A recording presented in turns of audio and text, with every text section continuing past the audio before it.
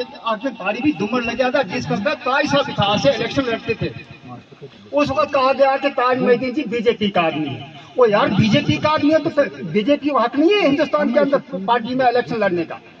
एक बार जब BJP PDP alliance हुआ था तो मैंने एक अपने दोस्त से कहा था यार आपने बीजेपी के साथ अलायंस किया। सर सुनना, उसने कहा यार आप बोलो आप कांग्रेसी हो। कांग्रेस से कब कलमा पड़ा? समझिए मेरी बात, कांग्रेस से कब से कलमा पड़ा? यही बात है, हम मरकज की पार्टी के साथ पहले भी रहे और आज भी हैं। आप हमारे काम करोगे इंशाल्लाह, हमें उम्मीद है।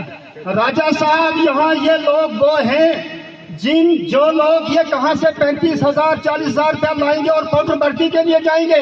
एक उड़ी कॉन्स्टिट्यूंसी के अंदर बिजनेस बना के रखी हुई है, इस बिजनेस को दूर किया जाए। वो आप करोगे, आपका एलजी साहब करेगा, आप किससे करवाओगे हमें पता नहीं। हमारे पास आप हो, हमारे पास सिद्धार्थ नकवी साहब है। मेरा नहीं तो सिद्धार्थ नकवी साहब है। मैं तो ऊपर से कहता हूँ कि मेरा दोस्त है, आज का नहीं पुराना है, इकट्ठे साथ में चले हुए हैं, तो मैं इनका बहुत बहुत शुक्रिया अदा करता हूँ। हमारा एक प्रोग्राम था यहाँ दशना इस्लामाबाद में, तो ये आज वर्कर्स की कुछ मीटिंग थी हमारी और बहुत सारे लोगों ने यहाँ ज्वाइन भी किया, क्योंकि लोगों को उम्मीद है भारतीय जनता पार्टी से, क्योंकि उनको पता चल गया कि नेशनल कॉन्फ्रेंस हमें कुछ नहीं देने वाली है। नेशनल कॉन्फ्रेंस का कहीं चलता भी नहीं है। जो परसों ट्रांसफर हुई है उनको लेके, क्योंकि जो डिस्ट्रिक्ट एसपी और डीसी जो होते हैं वही एडमिनिस्ट्रेशन चलाते हैं, वो सारे लेफ्टिनेंट गवर्नर मनोज सिन्हा साहब के अंडर हैं। तो जब उनके अंडर हैं तो इनका चलेगा कहाँ पे? तो इनको पहले भी मैंने बताया था इलेक्शन से पहले आके कि आप इस बार भारतीय जनता पार्टी पे एक बार एतमाद करो, आप देखो आपके काम होते हैं कि नहीं होते हैं। आज उनको लगा कि बात सही मैंने बोली थी, इन्होंने इसलिए बुलाया कि हम सब ज्वाइन कर रहे हैं और नेशनल कॉन्फ्रेंस के जो बड़े बड़े लीडर यहाँ दामन छोड़ के आए, जिन्होंने हमारे साथ ज्वाइन किया, आज इनका मैं शुक्रिया अदा करना चाहता हूँ। और उनको उम्मीद है कि भारतीय जनता पार्टी हमारे लिए, हमारे बच्चों के लिए, हमारे इयाल के लिए बहुत काम आगे करने वाली है।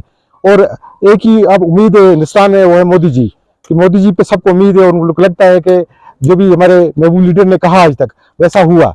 और इनको जिस वक्त बेरोजगारी बढ़ गई है यहाँ पे, या इनके काम नहीं हो रहे हैं, सड़कें नहीं बन रही हैं, बाकी चीजें नहीं हो रही हैं, इनको पता चल गया कि आगे हमने जो पंचायत इलेक्शन आएगा इसमें अपना लीडर उठाना है और जिताना है, तभी हमारे काम होंगे। क्योंकि नेशनल कॉन्फ्रेंस उनको देने वाली कुछ नहीं है, ना उनका एमएलए कहीं नजर आ रहा है यहाँ पे, जिसको इन्होंने 37,000 वोट डाले उड़ी से, ना उनका कोई यहाँ पे विजिबिलिटी है किसी काम की, ना किसी चीज की।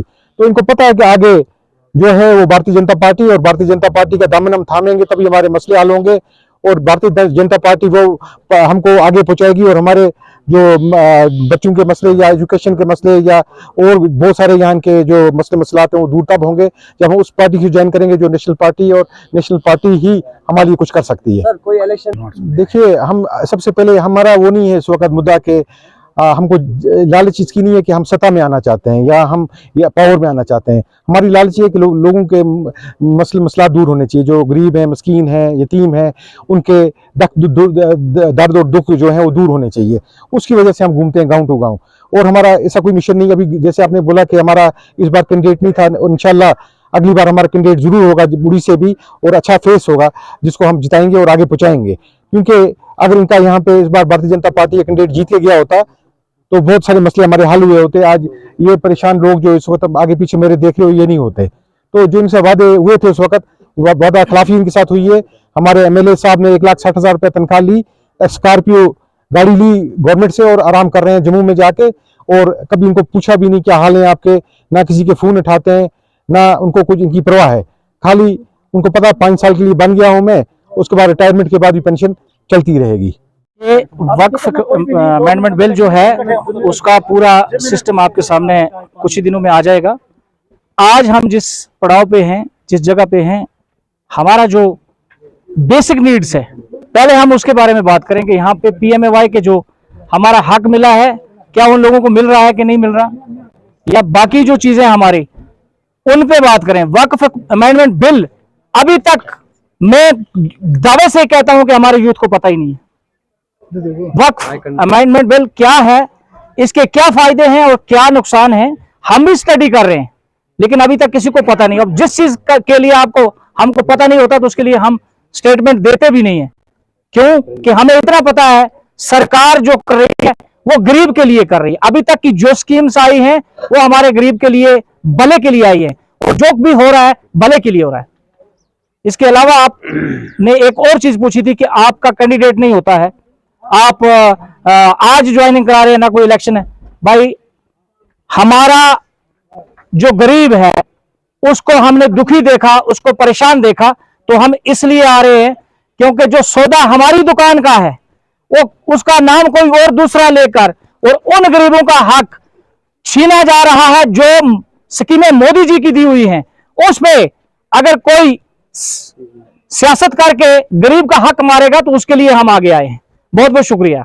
बारे में मुदल्लल और मुफस्सल आपसे मैं ज़रूर चाहूँगा बात करना। जैसे मेरे भाई सजाद नकवी साहब ने अभी आपको वक्फ के हवाले से बहुत मुख्तसर सा कहा, वक्फ एक बहुत बड़ा मौजू है और बहसीत मुसलमान मेरी एक दिली ख्वाहिश है कि मैं आप मीडिया भाइयों के साथ वक्फ को लेके मुदल्लल बात करूँ, मुफस्सल बात करूँ।